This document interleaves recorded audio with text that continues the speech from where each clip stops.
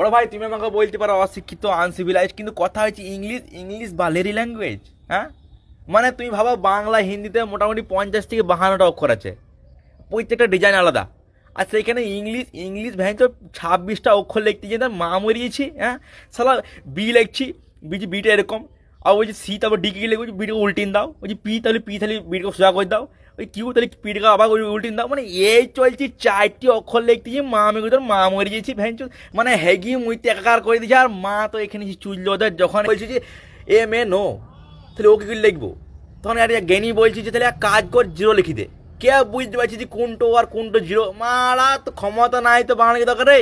হ্যাঁ, আর এইটি কি যে A for apple B for ball, মানে আপেল থেকে ডাইরেক্ট বলে শিফট করি যারা ছেলেগুলা ইন্টারেস্ট থাকবে কার যে আপেল থেকে বল কি করে মানে খাবো না খেলবো, বুঝতে পারছেন তো। আর আমাদের বাঙালি বাংলাতে বলছি যে অয়া অজগরটি আসছি চেড়ি আমটি আমি খাবো পড়ি, মানে সাহস দেখো, ডেডিকেশন দেখো, বীরত্ব দেখো। বলছি অজগর আসছে আসুক গান মারা, কিন্তু আমটা পাড়ো, মানে আমের প্রতি ভালোবাসা ওই কিন্তু যেন না যায় যেন। এই হয়েছে ছেলে, ওই জন্য তোমার গায়ে ছেলেগুলা ঢুট ঢামনা সাপ দেখলি লেঞ্জা করে বাড়ি মেরে দিচ্ছে, এরকম ও ছুটি দিচ্ছে, যাও গান মারা যা এখান থেকে।